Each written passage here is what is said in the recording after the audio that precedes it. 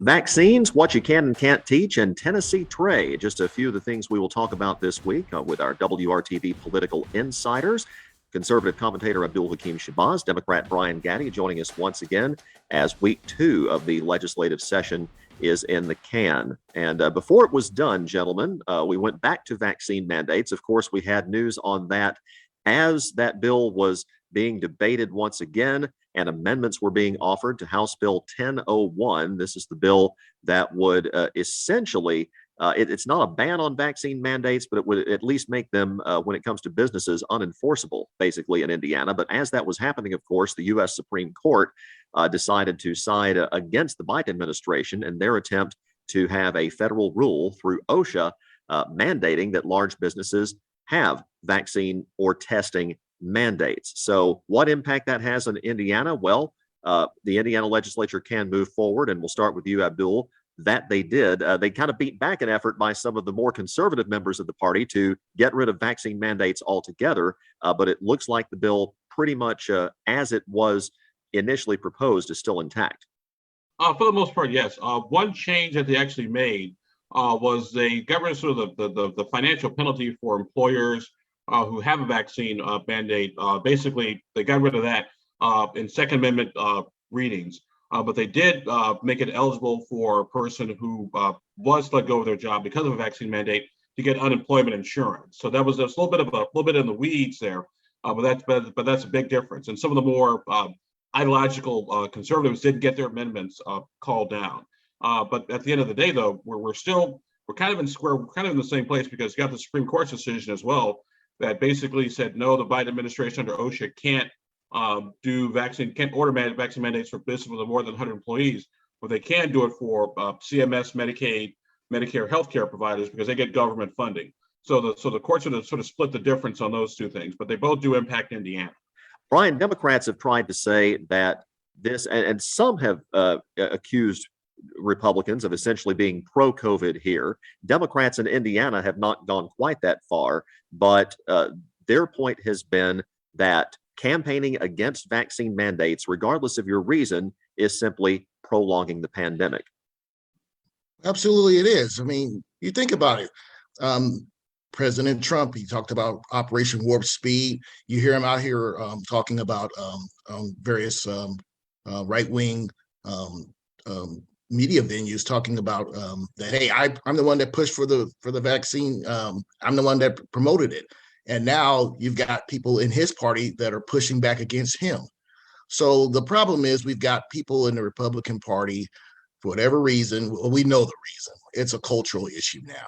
They've turned into a culture war issue that you've got to be against the vaccine. You cannot support vaccine, people taking the vaccine. And the problem is now we've got too many people in the Republican Party that are not taking the vaccine. Our COVID numbers, because of the Omicron variant, are increasing. And it's just a big problem. And I just actually read this morning that Ekenazi Hospital is actually they even now have a refrigerator truck to handle the extra deceased people who have passed away from COVID. So this is it's really just something that's just going on and on, but we've got to get people vaccinated, and we've got to get the Republican Party to stop demonizing the vaccine, the very vaccine that their own president pushed for and actually was able to get done. So it's just really weird trying to follow Republican politics. It's just you need a scorecard to figure these guys out. I can tell you, as a Democrat, it's hard figuring them out sometimes. Very quickly, before we move on to another issue, I'm glad you brought that up. Former President Trump has taken some heat from some Republicans and conservatives and others on the far right for actually being pro-vaccine as of late. Abdul, any surprise that hasn't changed the tone of some Republicans who have done their level best to side with Donald Trump on every single issue? Here's how this for a lawyer answer, right? It surprises me and it doesn't surprise me. How about that for a nice lawyerly answer?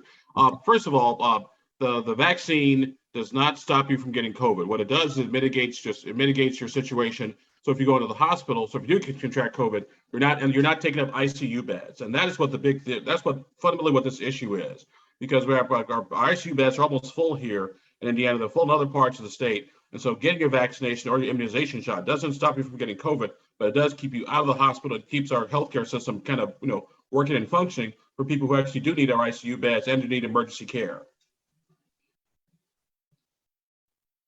Moving on, let's talk about education and the bill that deals with what teachers can and can't teach, what they can talk about, how much disclosure of their teaching materials have to be made in class.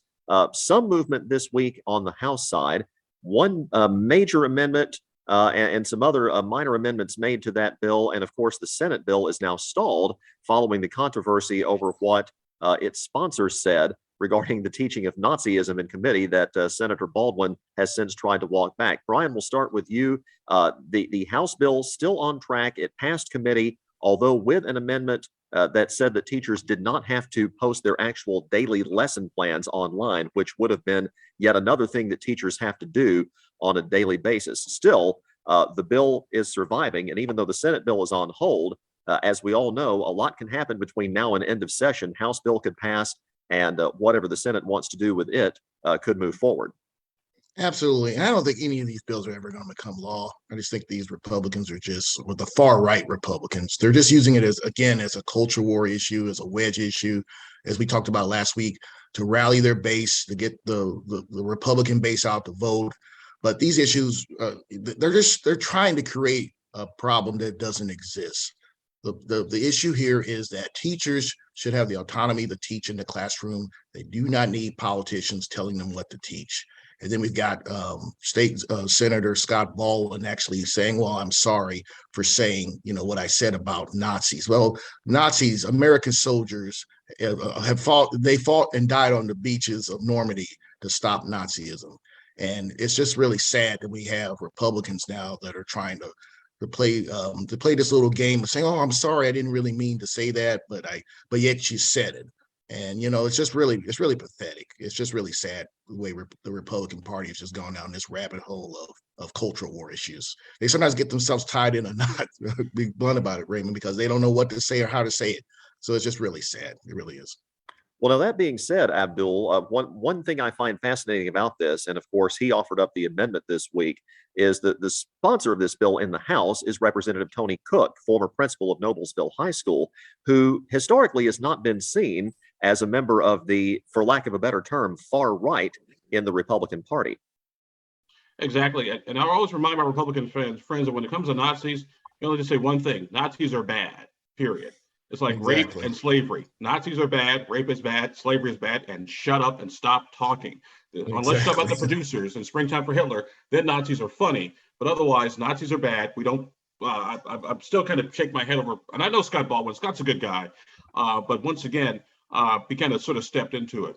I think with respect to the House version of legislation, I think eventually they will find sort of that sweet spot that they need to give parents basically give schools more transparency and give parents more say in their children's education. Now, I think they do have say in their education because you can vote for school board, you can serve on curriculum committees, the whole 9 yards. There have been a few examples of some contentious situations here in Indiana. I think people are kind of sort of blown out of proportion. But as far as putting the lesson plans, everyday lesson plan, and giving parents the ability to opt out, that's ridiculous. And I could see why people would think twice about either leaving the teaching profession or just don't want to be bothered anymore. And I'm wondering, Brian called this a solution in search of a problem. I got a kid in school still. I mean, one graduated, still one in junior high. And no, I can't see lesson plans, but through Google Classroom, which a lot of schools are using nowadays, I can see everything that my kid is doing on a daily basis and what that lesson is. I'm wondering what more transparency do we need that's not there already from a parent standpoint? No, and I agree with you wholeheartedly. Like I said, the transparency is there. I can see maybe like touching things around the edges a little bit more, because you can always do a little bit more with transparency, number one. But number two, you need to let teachers teach. I mean, teachers are professionals. They know what they're doing. Like I said, if somebody's going to get out of line or get out of control, then we have a process to take care of that. Moving on, Republicans are moving forward once again with another effort to take aim at Governor Holcomb's executive powers. There's another bill this year, and of course, it goes back to what happened during the pandemic and what continues to happen during the pandemic. The fact that we're under an emergency health order, that is still trying to be resolved. But once again, Abdul, we'll start with you. Republicans are trying to use that, it would appear, to remove some of that power from not just this governor, but future governors.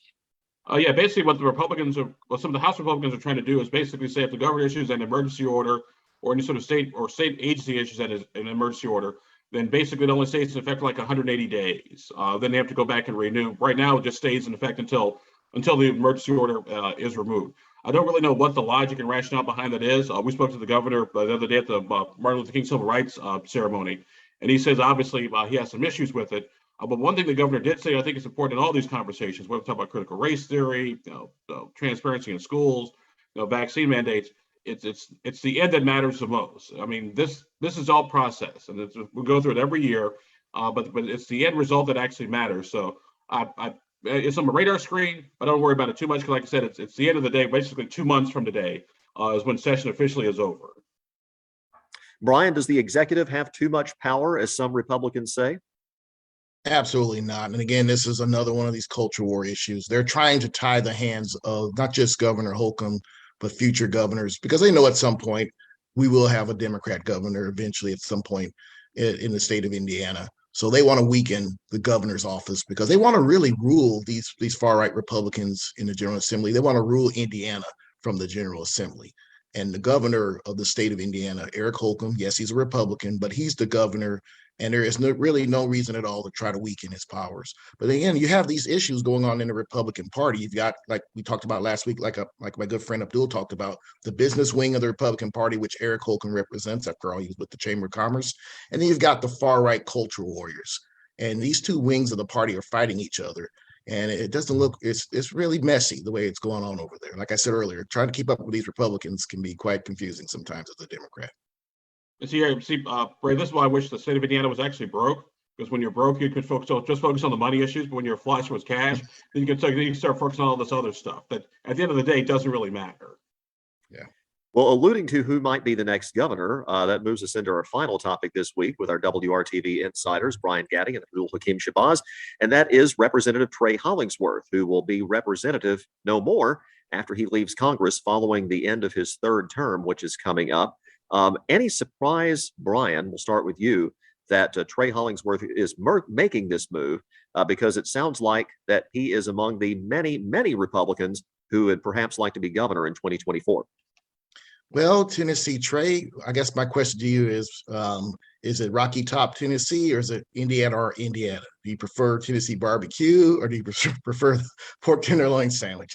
I mean, this guy is he's a carpetbagger. I mean, he was literally searching around the country looking for a place to run for office. He parachuted in here to Indiana. He won the congressional seat that he currently has. Who knows with this guy? I mean, he's just, quite frankly, just looking for an office to run for. I don't think Indiana will ever elect Tennessee Trey as governor. We tend to like moderate conservatives on the Republican side or moderate liberals on our side as Democrats. Tennessee Trey is definitely too far right for Indiana. So no, I don't think he can go ahead and run for governor if he wants to, but he's wasting his time. He'll never be the governor of the state of Indiana. So don't even waste your time, Tennessee Trey. I don't know. I don't think you can ever say never in any election anymore, can you? You can say never with him. He's really? too Okay. far right for this state. So yeah, he will never be our governor. So don't waste your time, Tennessee Trey. Do something else. Anyway, if I can interject here, disagree with my good friend Mr. Gaddie on a couple of things. First of all, when Trey ran back in 2016, he said he was going to term limit himself to basically no more than 4 terms. So he's living out his promise. Number two. There has been speculation, because I've written about it in my cheat sheet, that Trey is looking at running for governor of Indiana. He's putting together a super PAC to help state house candidates. He's hiring another firm to sort of increase his name identification statewide. So there is some talk about him possibly to being a candidate for governor, and he can do something that only Mike Brown and a couple other folks do, which is actually raise millions of dollars to run for governor as well. So I think Trey, if he did run, he'd be competitive. Like I said, this still remains to be seen. But at the end of the day, though, I think he's basically filling out his promise, which is, hey, you know what? I'm only going to serve 3-4 terms, and then we're going to go do something else. The 9th district, as it's composed, is very liberal Bloomington and very deep red everything else. I would guess that the chances of Democrats taking that congressional seat are between what, Abdul, 0 and -1? Let's be honest. Well, like we said, in the age of Donald Trump, anything is possible. So always leave that on the table. I think the odds do favor Republicans right now. You got Aaron Houchin, who's a state senator who didn't wait for the Biden to be cold on the ground before she filed her congressional paperwork to say that she was running in the 9th congressional district. You got Josh Kelly, who's Mike Braun's chief of staff, is thinking about looking at running in the 9th congressional district, and a couple other folks as well. So it'll be another competitive primary in the 9th, but I do think the wins right now favor Republicans. But a day in politics is a lifetime. As we all know, anything can and usually does happen. Would it take a Trumpy type candidate for Democrats to have a chance in that district, Brian? Well, a Democrat that I think could rally the liberal base of Bloomington, plus can poach some of the moderate conservative voters. There's moderate conservatives like my good friend Abdul, not the far right crazy types. I think that Democrat does have a chance. But yeah, it is an uphill fight in that district. But with the right candidate, I think we could make it very competitive, no doubt about it. Brian Gaddie, Abdul-Hakim Shabazz, our WRTV insiders. Always a pleasure, gentlemen.